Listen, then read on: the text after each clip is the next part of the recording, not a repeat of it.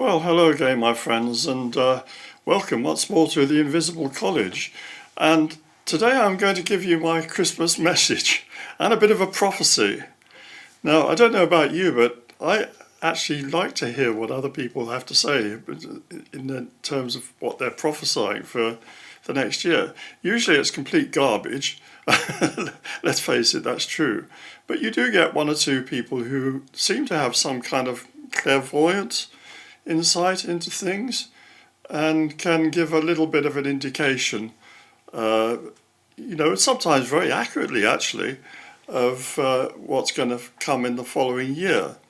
Now, I'm not one of those. I'm not, talking as a clairvoyant prophet, let's put it that way. I don't talk like that. I am intuitive and I try to back up intuitions by research. I look into things very deeply. I read a lot of books. I look at the science. I look at all sorts of different things, but I get a kind of picture in my head of where things are going, and then I look for the evidence to back that up. So that's kind of how I work. And today I'm going to talk to you a bit about this picture. But before I go into that, you can see what it is, I think. I call it the star correct adoration of the Magi. And you'll see why I say that as we go on. But before we go into that picture, I'm going to make a few predictions about how I see the world is going in 2025. Now then, as I'm sure you're all aware, you certainly are if you're an American or British, and I think most European countries, the world seems to have become a pretty weird place in the last few years. We had this whole COVID thing that happened, and suddenly our countries, the people running the countries, elected people, they're not born to it as kings, elected people suddenly decided they had to lock everyone down and put us all in jail, basically, in our own homes. They put us under house arrest. And that's never happened before, certainly not in my lifetime. Where did this come from? And why did it happen? And then after that, we've had all sorts of lunacy happening. It started in Chicago, I think, didn't it? With that black guy who was killed by police when he was being arrested and caused massive outcry in America. Never mind that he was a convicted criminal, but it caused massive outcry in America to the point you had huge rioting in various cities and nothing was done about this. No one was trying to stop it. And that has kind of snowballed. Then it came across the Atlantic and we had huge rioting here, huge demonstrations in London in sympathy with this guy who's nothing to do with us, British, but the cause kind of caught fire over here and statues were toppled, big rioting or demonstrating with a feeling of menace about it in London, and the police kneeling down and bending the knee to these people. We scratched our heads, why is this happening in our country? What's going on here? And then it snowballed, it continued with what you might call the woke revolution. Now, I'm sure there are some people who are very much inclined towards this, what we call woke, turning on its head everything we thought we knew and believed in terms of the right way of living. Suddenly what we had regarded as vices, vices are things you're not meant to do. It's certainly not from a biblical point of view and not from a religious point of view. They're mortal sins very often. You're not meant to do them. But suddenly those things became celebrated as, right way of doing things. You must tolerate this. You must go along with it. If you don't, we're going to punish you. We're going to come after you. Again, we scratch our heads. We wonder what's going on. We thought that Christian marriage was the right way. A man and a woman having children, forming a family for the future. And suddenly we discover that that's oppression. That should not be encouraged. It should be anything but that. And that actually we shouldn't have children if we possibly can. Avoid it. What's going on? It's never been like this before. Well, thankfully, I think that particular phase is coming to an end. It seems to be coming to an end, or is coming to an end in America, a resounding election result for people who are against that, all that. They're not in power yet.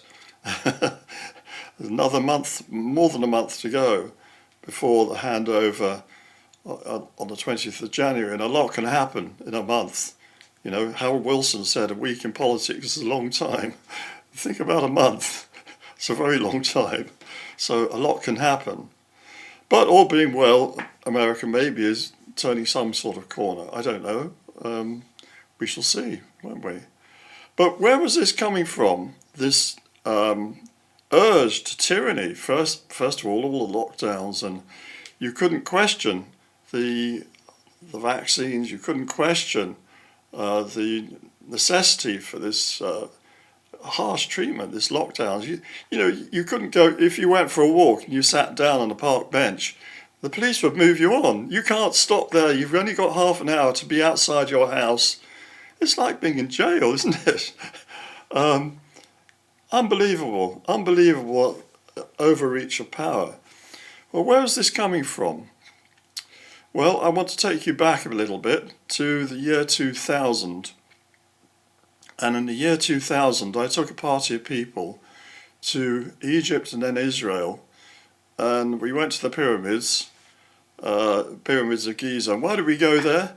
Because the pyramids carry a certain message. And it's a message to do with the stars. A lot of that was rediscovered in our time by my friend Robert Bovell, and we wrote a book together. We wrote a book called The Orion Mystery. I don't know if you can see that. Oh, I'll have to go the other way.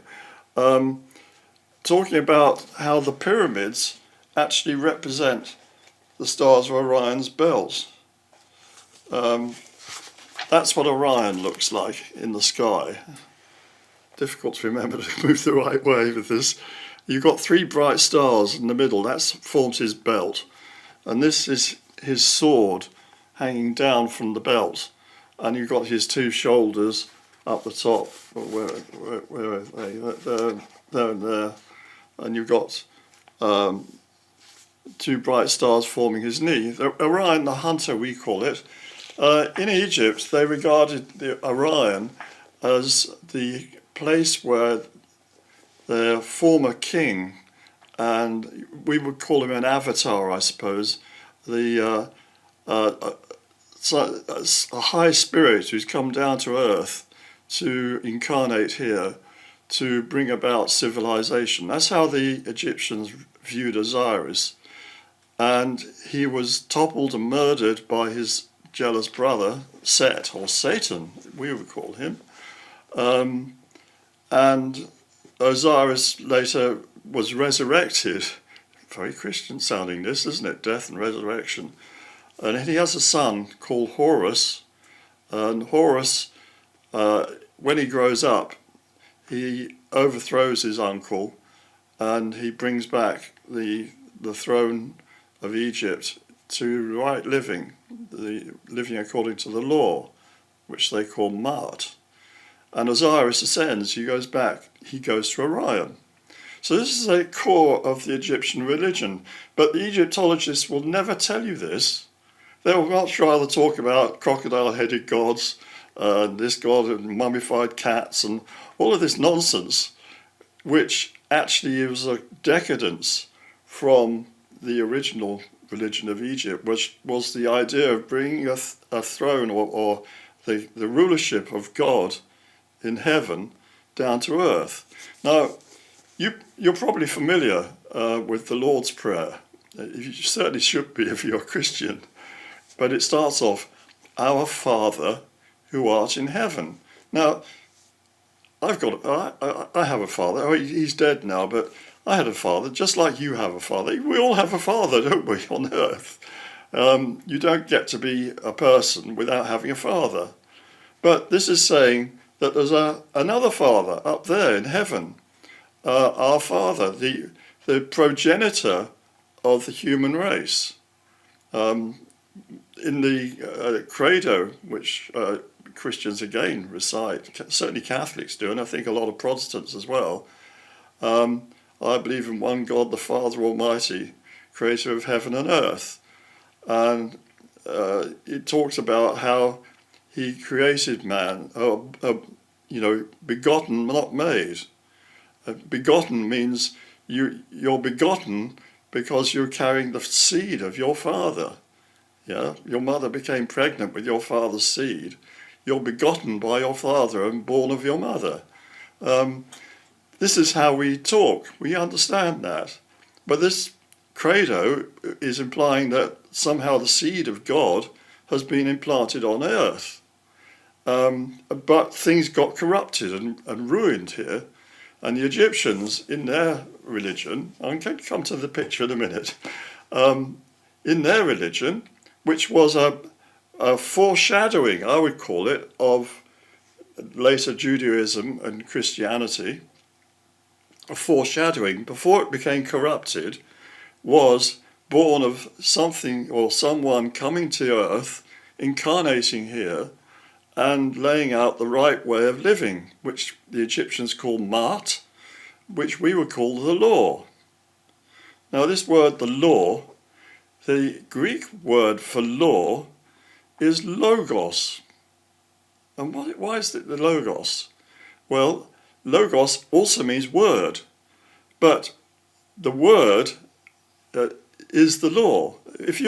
Now we still have this theoretically in Britain. The king, who's the ruler over the country, his word is the law. It's meant to be anyway. And of the universe as a whole, the word, the logos spoken by God, is the law. You know, he sets out what the law should be, and then you have a repetition of that in the story of the Exodus, when the divine force, we call it Yahweh, comes on Mount Sinai and gives the law, written with his finger, it says, on stone tablets, and given to Moses to lead the people of Israel in the right way of living. So this is again the same idea of the law comes from heaven and is given to mankind, and you're told, live by these rules, live by this law, and it'll be great. I'll be your God, I'll look after you, and you'll prosper. But go against my laws, go against it, and you can expect bad things to happen. I'm going to abandon you. I'll leave you to your own devices. You won't like that. You'll find that it's not going to be very pleasant. And sure enough, in time, the Israelites did just that, didn't they? Started worshipping idols, started doing all sorts of nasty things, blasphemous things, all the things they were told not to do. And so you can read it in the Bible, in the book of Isaiah and places like that, prophesying against this. And then eventually the northern tribes of Israel were carried away first, and later most of the southern tribes, the Judeans, they were carried away, just leaving Jerusalem. And then they were taken to Babylon and spent 70 years in captivity and eventually come back. And then we go through the period of late Jewish history before the time of the Romans, Maccabees and all of that. Eventually we come to the time of the Romans when Jesus is born, and that's about this picture. I'll come to that shortly.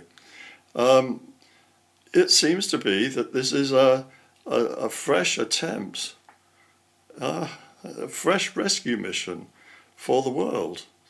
The Osiris thing, the original Osiris thing, not the crocodile-headed gods and the rest of that nonsense. The original plan was put out there in Egypt. The Egyptians, the ancient Egyptians, in their writings, they tell us that their land is a holy land. They say the gods dwell with us. And that's again what happens with the Israelites and the Judeans when the Ark of the Covenant is the mercy seat and it's kept in Jerusalem, and God dwells in his temple in Jerusalem. That's why Jerusalem was so important.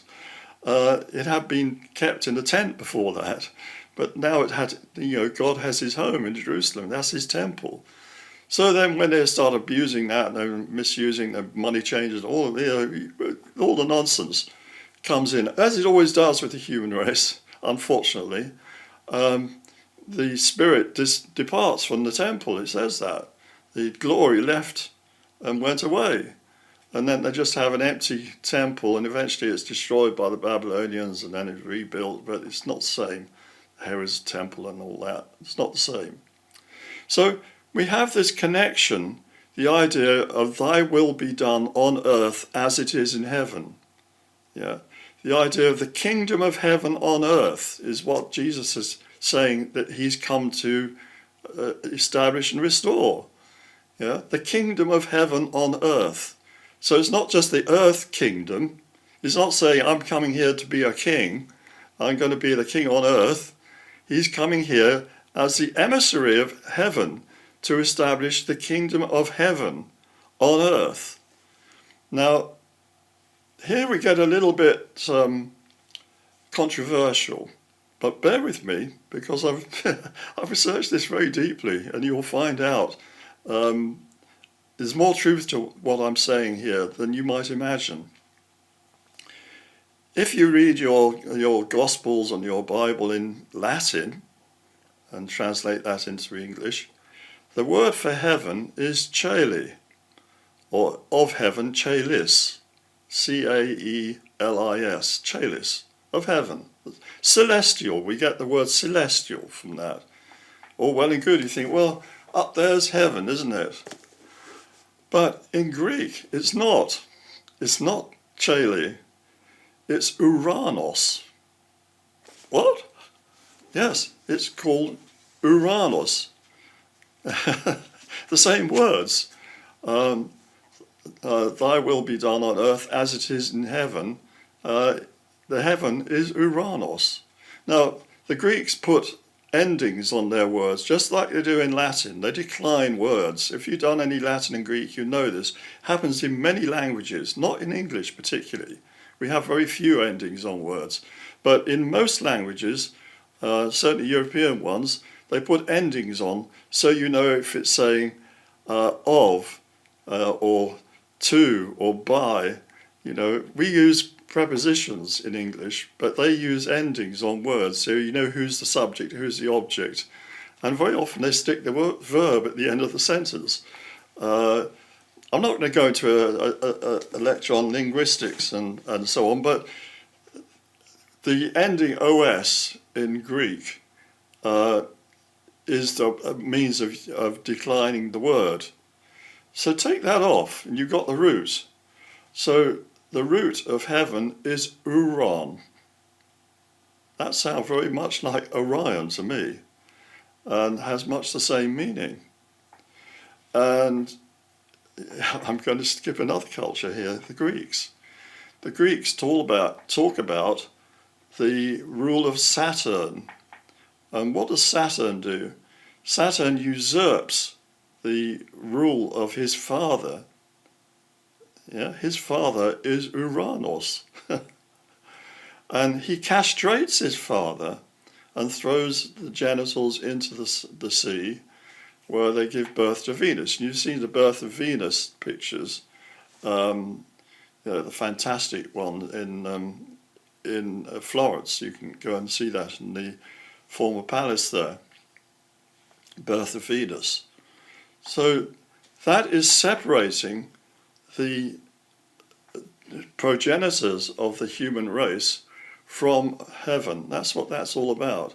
Orion, as I pointed out to you earlier, actually he's got his sword, and in other cultures they talk about that as being his penis, believe it or not, and his genitals, and the human race being generated there and being brought to here. I'm going very deep here, very esoteric. I'm sorry if I'm shocking you if you're a Christian, But you have to understand something, that this part of the Milky Way that we live in is called the Orion Spur.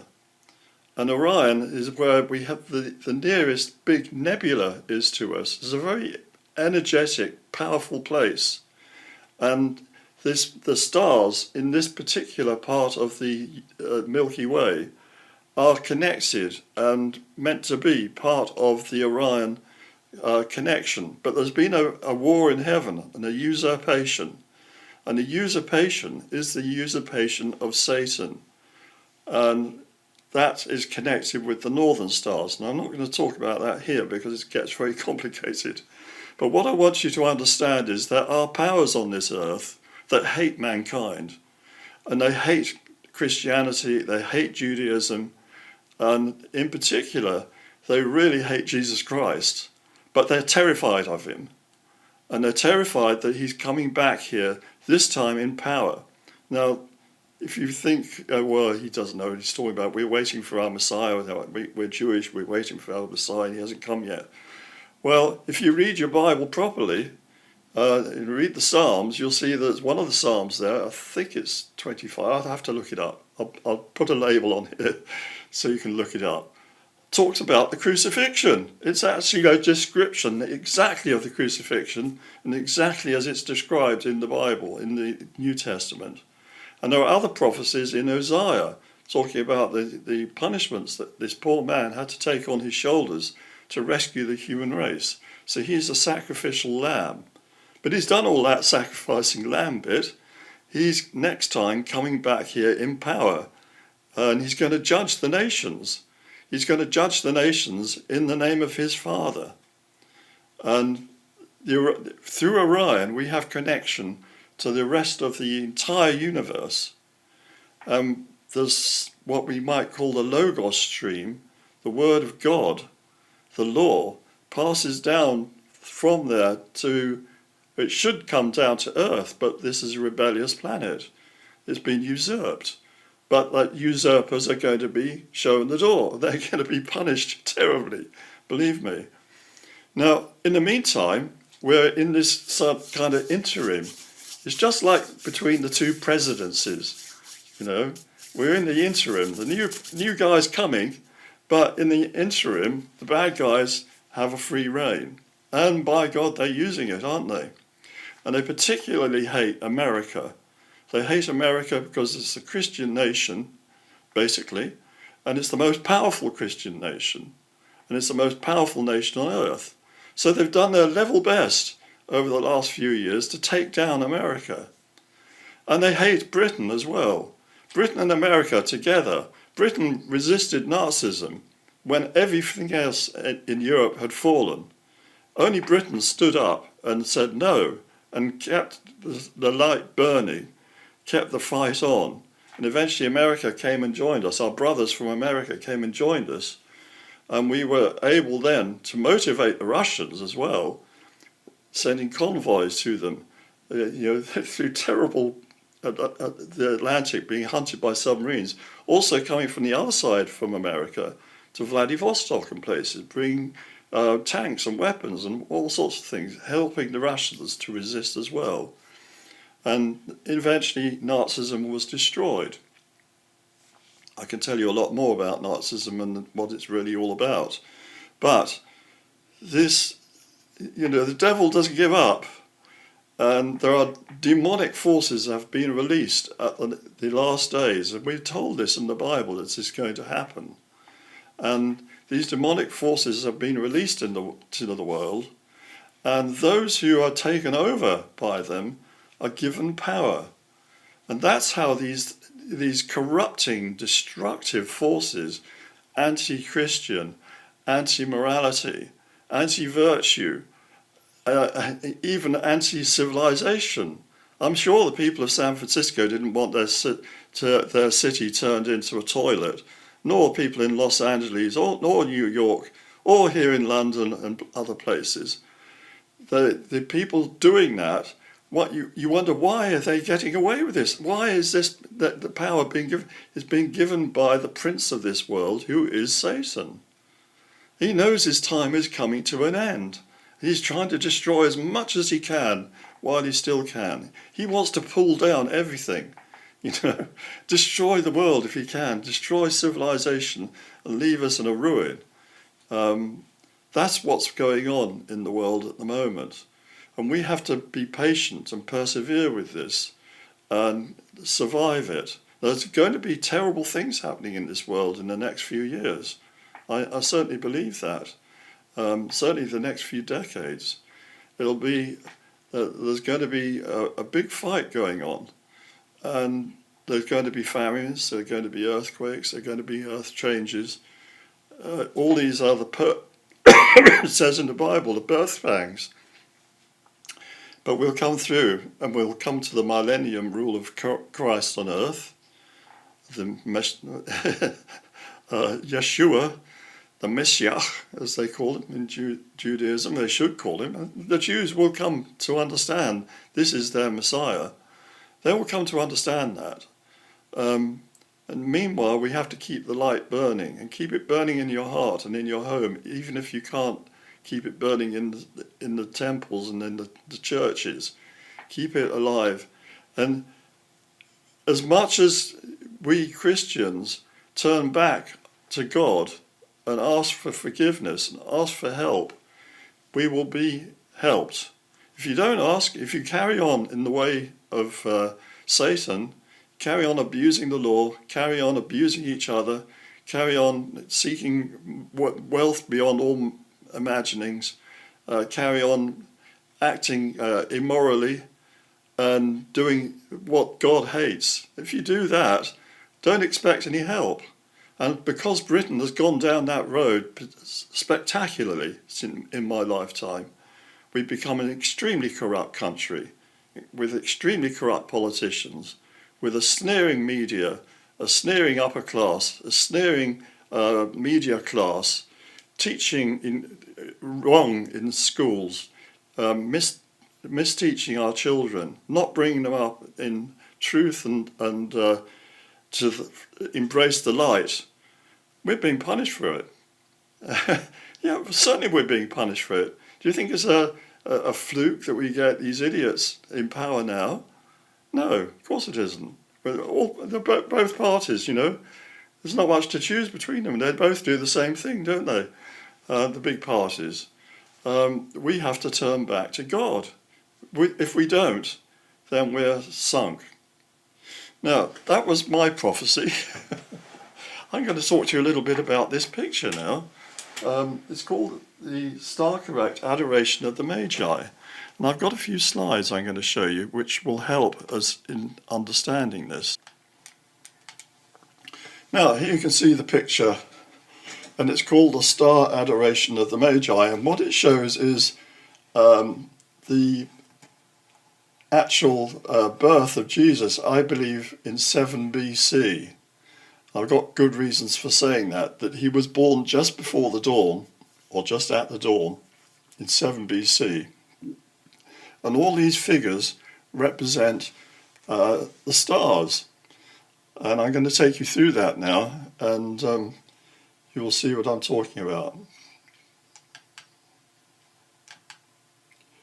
Now, these are the stars of that period of time, and Jesus is represented by the sun very, very often in symbolism. If you go into esoteric symbolism in the Bible, you'll find that Jesus is represented by the sun. And you notice here we also have Orion. We have the star Sirius here, and we've got Taurus there. We've got Pisces. Pisces, Aries. We've got the star Capella there. We've got Castor and Pollux and Gemini there. We've got Cancer here, and then Leo. So these were the stars. They have been splashed across the sky in the east and right round to the south. A large portion of the sky, before the dawn, you would have seen these stars. And I'm going to take you through why we have this picture. So the birth of Jesus as a Lion King of Judah on the 29th of July, 7 BC. And we got here, the sun is conjunct with Regulus in Leo, symbolises Jesus in the manger. The manger is the place of bread, and Jesus is put in the manger, isn't he?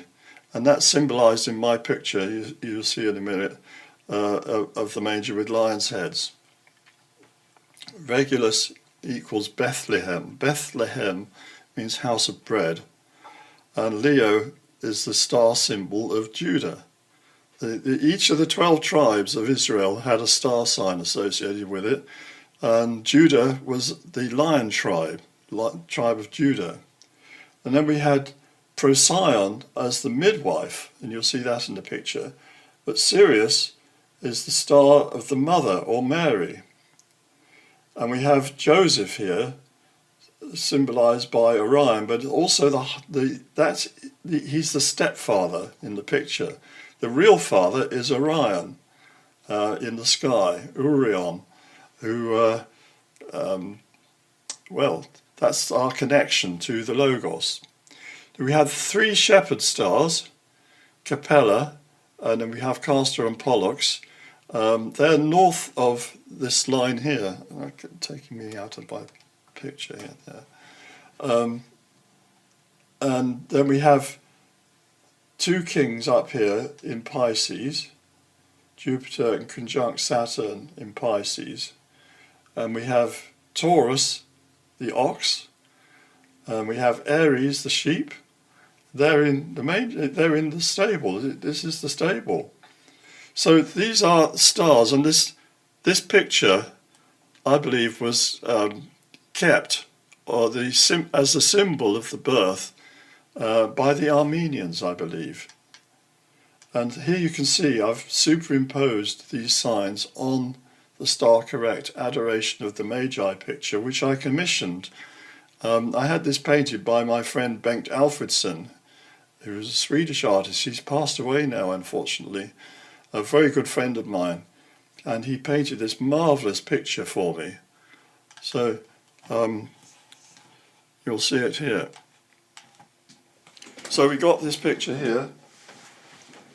And thank you, Bengt. It's a beautiful picture, and it represents the stars as they would have been at the time of dawn on 7 BC. I actually believe now, I didn't at the time I was working on this, I actually believe now the actual star of Jesus was probably a comet. But we can't work out comets in the past, can we? Not really. That's what the wise men would have been following. But they're represented by these stars, these planets.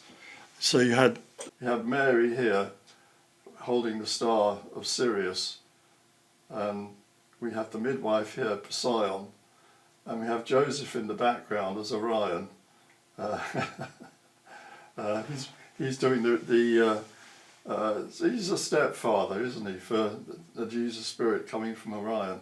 And we have the Gemini twins there, and we have Procyon there. They're the 3 shepherds in the background. We got the ox and the sheep, and we got the other 2 here.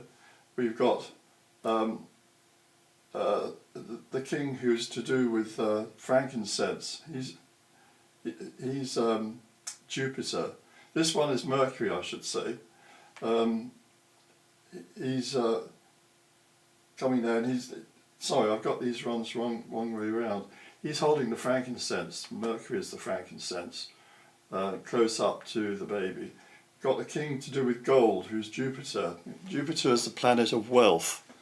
And we got Saturn here to do with myrrh. And Saturn, myrrh is used to mummification rituals and for the dead. And Saturn rules over graveyards and all of that. So that would be the symbolism implied in this picture. And it's been preserved. This idea of the stars has been preserved right down to this time. And today, if you go out at dusk, around Christmas time, you'll see the rising of Orion. And you'll see the stars that I'm talking about. As the night goes on, they come up and dominate the night sky. The stars of Christmas and they're these stars, which is to do with heaven, the heavenly region, which the Egyptians used to call the Duat. That's what we're talking about. Not a vague thing. You're talking about going back to Orion, and from Orion you can then move to other places in the Milky Way, and as you progress in your spiritual development as a soul, you'll be able to go to other places throughout the entire universe. But that's our gateway, and I've written a lot about the gateway of Orion. The Egyptians knew all about this. They talk about it in their literature. But you're not taught this in Egyptology, how the souls want to go to Orion. They want to go to the kingdom of Osiris. You're not taught that. But that would be for another lecture. And I have done lectures on this, and I'll put a link to one that you can have a look at, a film that was made of this tour I did going to Israel and Egypt. So thank you for your patience, and happy Christmas and a wonderful new year, and bear with it, my friends. Turn back to God if you've moved away. This creation is not just arisen self-created and raising itself by its shoelaces. It's not. It's a creation of high intelligence has made all this that you see. All the plants and flowers, the animals, everything. God has made them all. And if you realize that, and realize that it's true also of yourself, that you have got potentials. This body that you have is not all that you are. You have a soul as well that lives in your body. Nourish your soul, and when you discard that body, as you will, your soul can live on and maybe leave this planet and go up to heaven, to Orion. So thank you again, and we'll speak in due course. Bye for now.